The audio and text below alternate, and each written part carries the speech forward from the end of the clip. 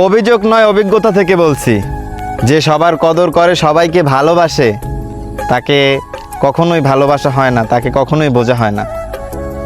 যদি বুঝেও থাকে, তাকে ছাগলের 3 নাম্বার বাচ্চা বলে তাকে দমিয়ে রাখা হয়। কারণ সে যে সবাইকে কদর করে, সবাইকে ভালোবাসে, যদি তাকে উচ্চতার লেভেলে পৌঁছে দেওয়া হয়, সে তো আর কখনো এরকমের ভালোবাসা দিবে না। সে তো আর কখনোই আমাদের জন্য খাটবে না, সে তো আর কখনোই আমাদের জন্য কোনো কাজ করবে না। এই জন্য কেউ কখনোই বুঝতে চায় না। এই দুনিয়া এরকমের, এই সমাজ এরকমের, এই সমাজের চাবিকাঠি এরকমের। আপনি সবার জন্য করবেন, আপনার জন্য কেউ করবে না।